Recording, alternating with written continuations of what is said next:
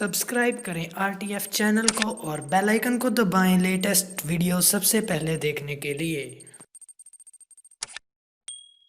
दोस्तों यूं तो हर देश की अपनी अलग खूबियां और खामियां होती हैं और हर देश अलग अलग कारणों की वजह से जाना जाता है, लेकिन जापान इकलौता ऐसा देश है जो कि इतनी सारी परेशानियों के बाद भी खुद को दुनिया का दूसरा सबसे डेवलप्ड नेशन साबित कर चुका है। क्योंकि दोस्तों जापान वैसे तो हमारे भारत के राज्य राजस्थान जितना ही बड़ा है, यानी कि अगर इसके टोटल एरिया की बात करें तो यह 3,77,975 किलोमीटर स्क्वायर की एरिया में फैला हुआ है और इसकी आबादी भी कुछ खास ज़्यादा नहीं है, क्योंकि 2018 की एक रिपोर्ट के मुताबिक जापान की कुल आबादी 12 करोड़ 65 लाख के आसपास है। लेकिन इतनी कम आबादी होने के बावजूद भी यहाँ के लोग बिल्कुल हाईटेक ज़िंदगी जीते हैं। जी हाँ, जापान का ज़िंदगी जीने का तरीका हमारी ज़िंदगी जीने के तरीके से बहुत ही ज़्यादा अलग है।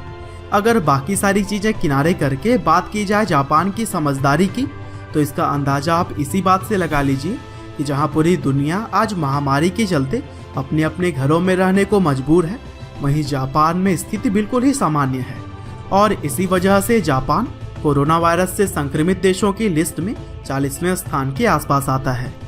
दरअसल अब तक जापान में 16,628 केसेस सामने तो आए हैं, लेकिन अपनी समझदारी से उन्होंने यह आंकड़ा बढ़ने नहीं दिया और 16,628 में से तो 13,612 केसेस रिकवर भी हो चुके हैं।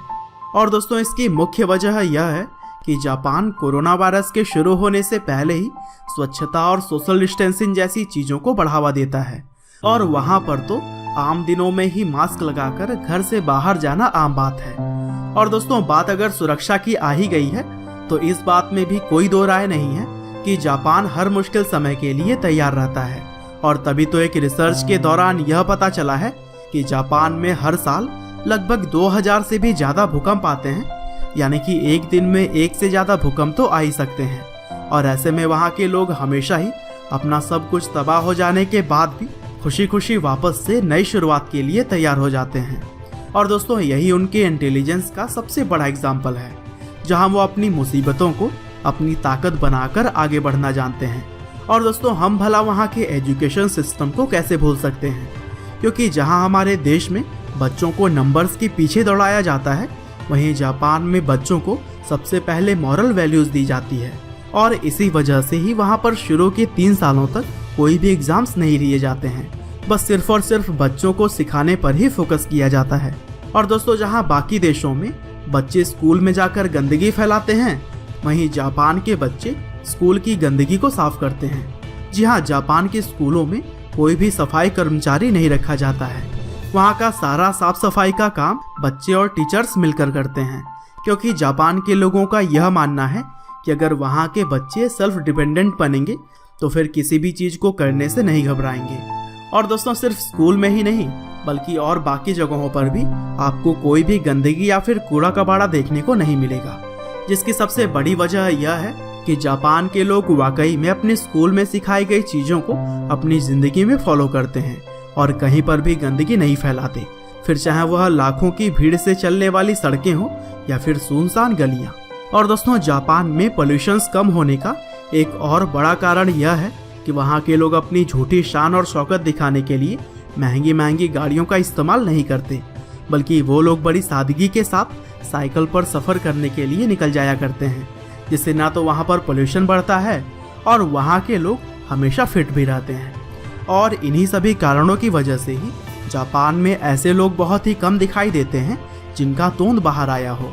और दोस्तों जापान के अंदर रिलैक्सेशन के भी कई सारे तरीके हैं, इसमें कि ऑफिस के समय सोना एक बड़ा एग्जाम्पल है। यह दोस्तों आपने बिल्कुल सही सुना, ऑफिस में जाने के बाद आप जापान में सो भी सकते हैं और यह पूरी तरह से लीगल है। दरअसल ऑफिस में काम करने के दौरान अपने आप को रिफ्रेश करने के लिए जापान में लोग थोड़ी देर के लिए सो जाते हैं और इस प्रक्रिया को वहाँ पर एम्प्लॉयंस के नाम से जाना जाता है।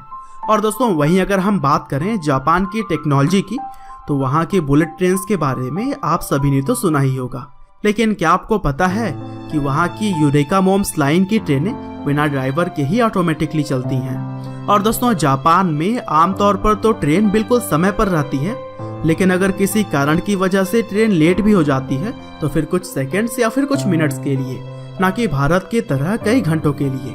और दोस्तों जापान में खुद भले ही जनसंख्या उतनी ज्यादा न हो, लेकिन वहाँ पर रोबोट्स की कोई कमी नहीं है, और इसीलिए तो वहाँ के लोग खुद तो कम काम करते हैं और रोबोट्स के जरिए ज्यादा काम करवाते हैं। और यही वजह है कि जापान दुनिया भर के देशों से 10 कदम ना सिर्फ आगे सोचता है बल्कि उस पर चल कर भी दिखा रहा है। बाकी आपका जापान के बारे में क्या कहना है, अपनी राय हमें कमेंट बॉक्स में जरूर बताइएगा। और इसी तरह के वीडियोस को लगातार देखने के लिए सब्सक्राइब करें, साथ ही बेल आइकन को भी दबाना ना भूलें। आपका बहुमूल्य समय देने के लिए बहुत बहुत धन्यवाद।